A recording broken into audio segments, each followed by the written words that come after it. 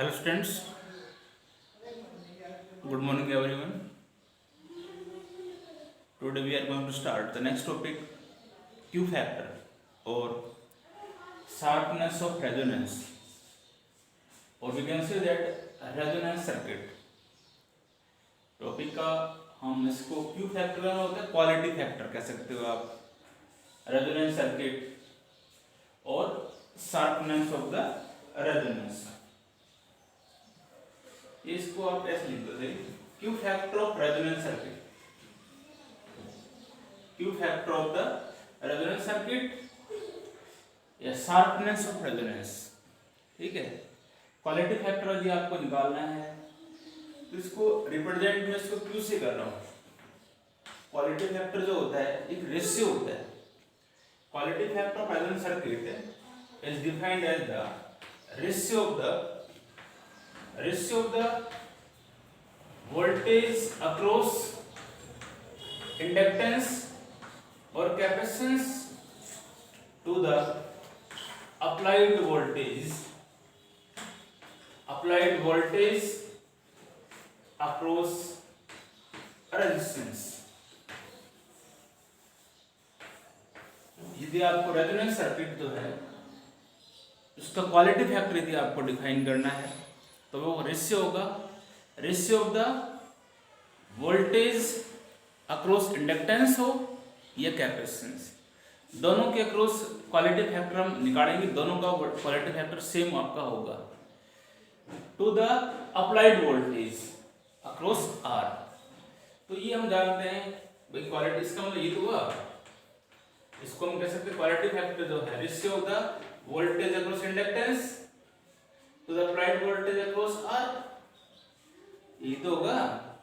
यदि आपको कैपेसिटेंस के लिए क्वालिटी फैक्टर निकालना है तो इसके लिए क्या होगा, Vc by VR, voltage across capacitance to the applied voltage across R, and we know that inductance की वोल्टेज आप जानते हो इक्वल IR होता है, तो I और इंडक्टेंस का जो रिएक्टेंस जो होता है वो XL होता है, तो XL और VR इज इक्वल टू क्या होगा, IR।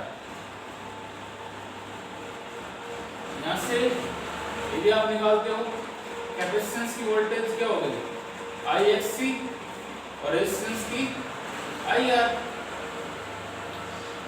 ये से कट जाएगा, ये से कट जाएगा, और ये हम जानते हैं XL equal to omega L, resonance पे तो R कर दो बाय R। ठीक है, यहाँ पे Q इज इक्वल रेजोनेंस के लिए ये ले लेते हैं R ले लें। ठीक है, यहाँ X is equal to 1 by omega C, resonance पे ले रहे हो इनटू R। R जो हो रेजोनेंस को शो कर रहे हैं यहाँ पर ओमेगा R। ठीक है, एंगुलर रेजोनेंस फ्रीक्वेंसी। और अभी पीछे और टॉपिक में हमने पढ़ा था ओमेगा R जो होता है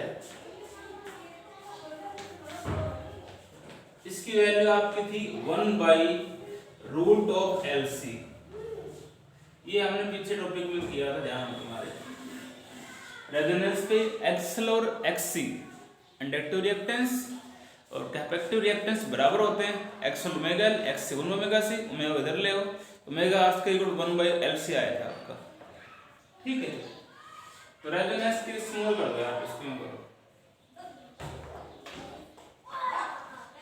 ठीक है, और ये वैल्यू से पुट कर दो, तो Q इज इक्वल टू क्या होगा यहाँ से 1 by root of LC, omega R की वैल्यू कर दी, और यहाँ पे L बाई R है। ठीक है, थोड़ा इधर कर रहा हूँ, दोनों का निकालना है आपको। तो ये हम इधर कर रहे हैं इंडक्टेंस के लिए, इधर कर रहे हैं कैपेसिटेंस के लिए, दोनों का क्वालिटी फैक्टर सेम आएगा आपका। तो Q is equal to omega R की वैल्यू क्या है 1 बाई LC और L बाई R यहाँ पे है। इस केस में इधर आप करते हो कैपेसिटेंस के लिए 1 बाई ओमेगा R है, तो ऊपर आपका क्या आएगा 1 बाई LC आ जाएगा, और नीचे क्या है इसका R।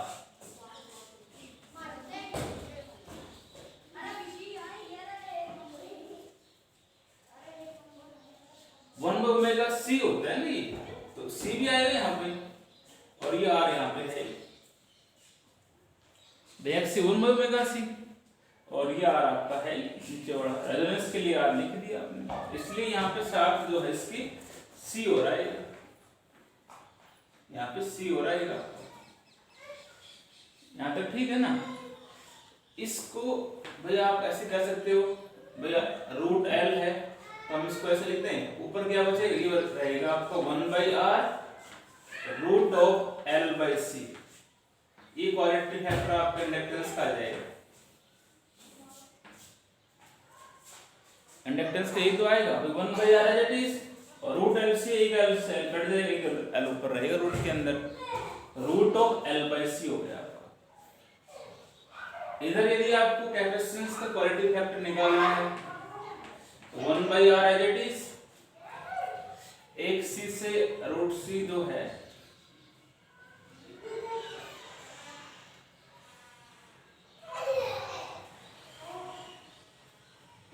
गलत लिख रखा है, ये आपने लिख दिया यहाँ पर xc की वैल्यू क्या है 1/ωc,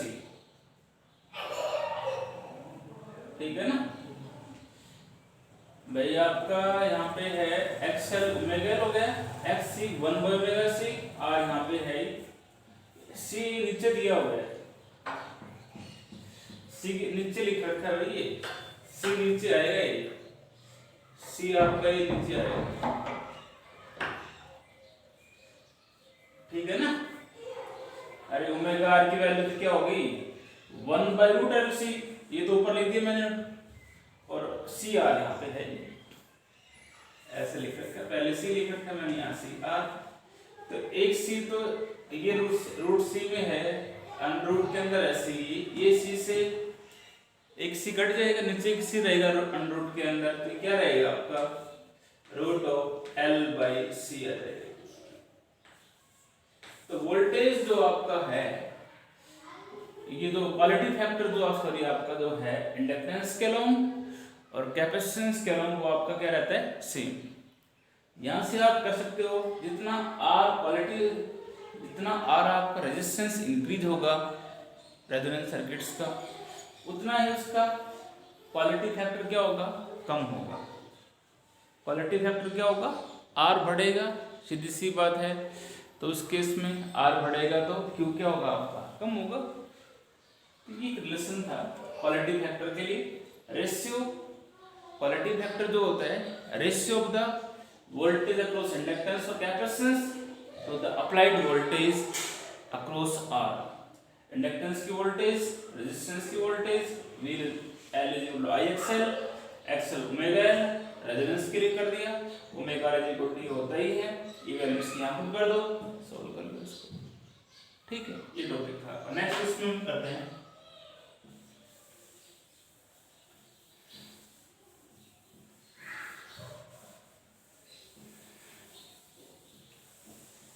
नेक्स्ट इसके अंदर आपको दिया हुआ है पैरेलल रेजोनेंस सर्किट। पैरेलल एक इंपॉर्टेंट टॉपिक है आपका, पैरेलल रेजोनेंस सर्किट।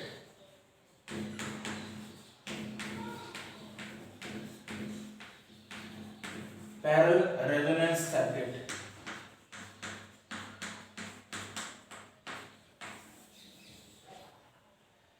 और इसके अंदर हम पैरेलल रेजोनेंस सर्किट के अंदर हम पैरेलल रेजोनेंस फ्रीक्वेंसी जो होती है उसको हम कैलकुलेट करेंगे। पैरेलल रेजोनेंस सर्किट के अंदर इंडक्टेंस और कैपेसिटेंस को हम एक पैरेलल में जोड़ देंगे source of the applied alternating EMF से, तो वो सर्किट जो है हमारा कहलाएगा पैरेलल रेजोनेंस सर्किट। इस प्रकार से एक प्योर इंडक्टर लिया जिसका इंडक्टेंस L हो गया, एक प्योर कैपेसिटर लिया जिसका कैपेसिटेंस C ले लिया हमने, इसको हमने सोर्स ऑफ अल्टरनेटिंग ईएमएफ से कनेक्ट किया हुआ है, इसको यहां से जोड़ दिया। This is the applied alternating EMF. I इसमें करंट फ्लो कर रहा है, ठीक है, इसमें ये आपका है आई टोटल करंट आई फ्लो कर रहा है, ये प्योर इंडक्टर और इंडक्टेंस L, प्योर कैपेसिटर और कैपेसिटेंस C, पैरेलल कॉम्बिनेशन है करंट अलग अलग होगा इनके अक्रॉस। तो इसके अक्रॉस को करंट मैंने मान लिया IL फ्लो कर रहा है इंडक्टेंस के अलोंग, और कैपेसिटेंस के अलोंग करंट क्या फ्लो कर रहे हैं IC करंट आपका फ्लो कर रहा है। ठीक है, तो कोई डेफिनेशन तो इसमें आपको है नहीं, आप ये कह सकते हो a parallel resonance circuit consist pure inductor and pure capacitance are connected in parallel. Circuit को हम क्या कहेंगे, इज पैरेलल रेजोनेंस सर्किट। ठीक है, a parallel resonance circuit, a parallel resonance circuit consists of a coil of inductance L and pure capacitor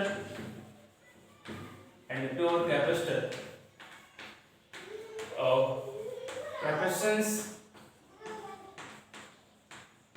C is connected parallel to the source of alternating EMF. Source of alternating EMF as shown in figure. As shown in figure. ठीक है, पहले हम EMF apply करते हैं। Suppose an applied alternating EMF, applied alternating EMF, alternating EMF हम E apply करते हैं। E equal to क्या होगा, ये अप्लाइड हम करते हैं E equal to E naught sine omega T. Pure inductor और प्योर कैपेसिटर जो है उसके अलावा जो है हम जो है ये EMF अप्लाई करते हैं। तो ये हम जानते हैं, जैसे हम पीछे पढ़ा है हमने इंडक्टेंस के अक्रॉस EMF अप्लाई करते हैं तो जो करंट डेवलप जो होगा, करंट जो होगा इंडक्टेंस के अलोंग आपका करंट आपने पीछे पढ़ा होगा, क्या रिलेशन आया था इसका, करंट आया होगा E naught by XL sign omega T minus pi by two. Current जो है इंडक्टेंस के अक्रॉस क्या होगा, E naught by XL sign omega T minus pi by two. और जो प्योर कैपेसिटेंस जो है उसके अलोंग जो करंट जो डेवलप होगा, pure capacitor of capacitance C, उसके अक्रॉस से EMF अप्लाई करते हैं तो करंट जो है ये आपका आया होगा E naught by XC sign omega T plus pi by two. Current जो है उस केस में इंडक्टेंस के अंदर जो करंट डेवलप जो होता है वो EMF से pi by two lag behind होता है, और करंट जो आपका डेवलप होता है कैपेसिटेंस के अलोंग उसमें पाई बाई टू क्या करता है, लीड करता है। करंट जो है EMF से पाई बाई टू लीड कर रहा है। इस केस में करंट जो है डेवलप हो रहा है EMF से पाई बाई टू क्या होगा आपका, लैग बिहाइंड होगा। ठीक है, इसमें दैट टोटल करंट जो होगा इसको और भी सॉल्व कर सकते हो आप, sine minus 90 plus theta cos theta हो जाएगा E naught by XL minus में आएगा cos of omega T plus total current जो है। फिर आपका यहाँ पे आपको मैं इसको चलो इसको मैं सोल्व कर देता हूँ। पहले IL इज इक्वल टू ये हो जाएगा E naught by XL cos of omega T.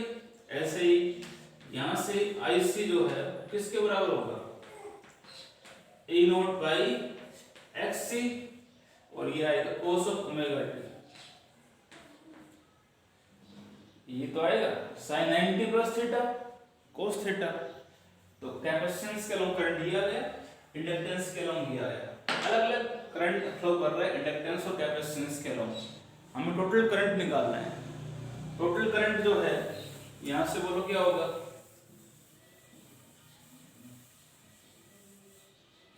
Total current यहां से आपका I जो होगा वो किसके इक्वल आएगा, ये आ जाएगा IL प्लस IC, और I इक्वल टू IL की वैल्यू आपकी आई है E naught by XL cos of omega t plus E naught by XC cos of omega t। ठीक है, इन दोनों में कॉमन आ जाएगा, E naught cos omega t common आएगा। आगे यहाँ पे पॉजिटिव लिख दो पहले, 1 by XC minus 1 by XL, ये आपका यहाँ तक आ गया। टोटल करंट जो है I इक्वल टू आपका E naught cos omega t 1 by XL 1 minus E आ गया आपका। ठीक है, इसके बाद में जो है चाहे इनकी आप वैल्यू पुट कर सकते हो, वैल्यू XC इक्वल टू आप जानते हो ये हो जाएगा, आगे कर लेंगे रेजोनेंस पे कर लो। ठीक है, E naught cos of omega t XC के 1 बाय ओमेगा c, तो ओमेगा c ऊपर आ जाएगा, XL इक्वल टू यहां से क्या आएगा ओमेगा L।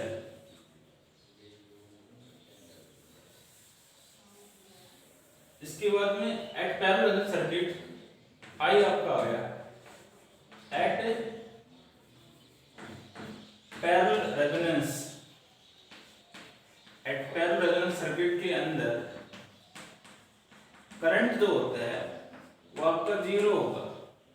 इसको जीरो कर दो, जीरो करोगे तो क्या हो जाएगा, E naught cos omega t omega c minus 1 by omega L is equal to zero.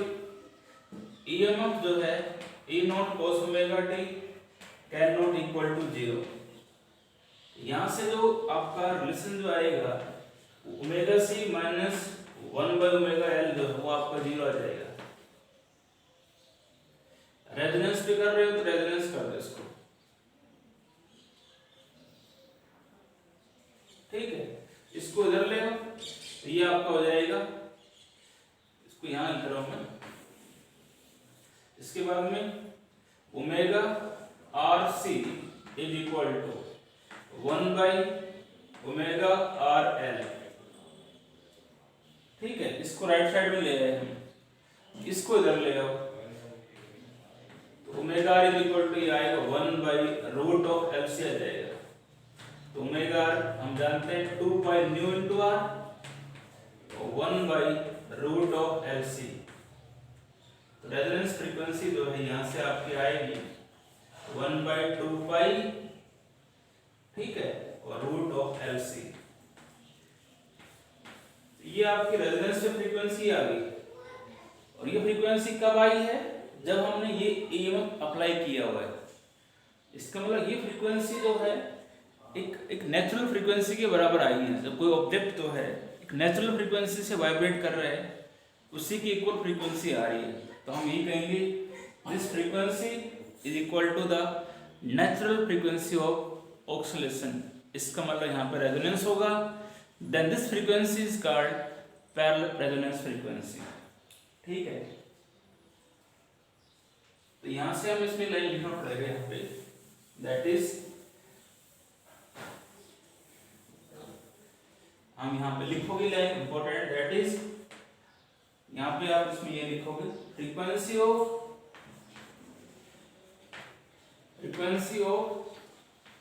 Applied alternating EMF, applied alternating EMF becomes equal to the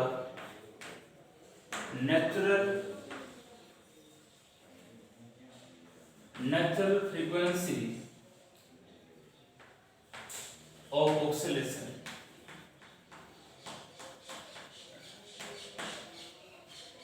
इस फ्रीक्वेंसी ऑफ अप्लाइड ईएमएफ जो है किसके बराबर है, नेचुरल फ्रीक्वेंसी ऑफ ऑसिलेशन के बराबर है। इसका मतलब यहाँ पे रेजोनेंस हो गया, hence resonance occur,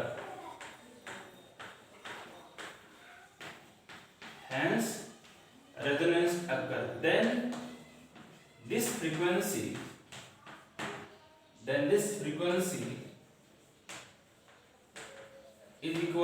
is known as, this frequency is known as natural frequency,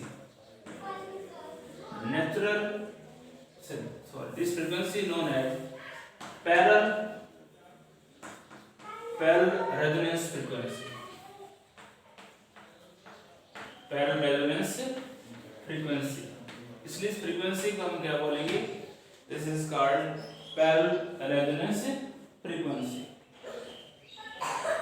तो सीधी सी बात है, एट पैरेलल रेजोनेंस फ्रीक्वेंसी के ऊपर, एट पैरेलल रेजोनेंस फ्रीक्वेंसी जो है उसके ऊपर आप कह रहे हो करंट जो है, उसके ऊपर करंट आप कितना कह रहे हो, 0। तो उस केस में पैरेलल रेजोनेंस फ्रीक्वेंसी करंट के साथ कैसे आपकी वेरी करेगी, वो हमें यदि ग्राफिकली आप इसको दिखाना चाहते हो,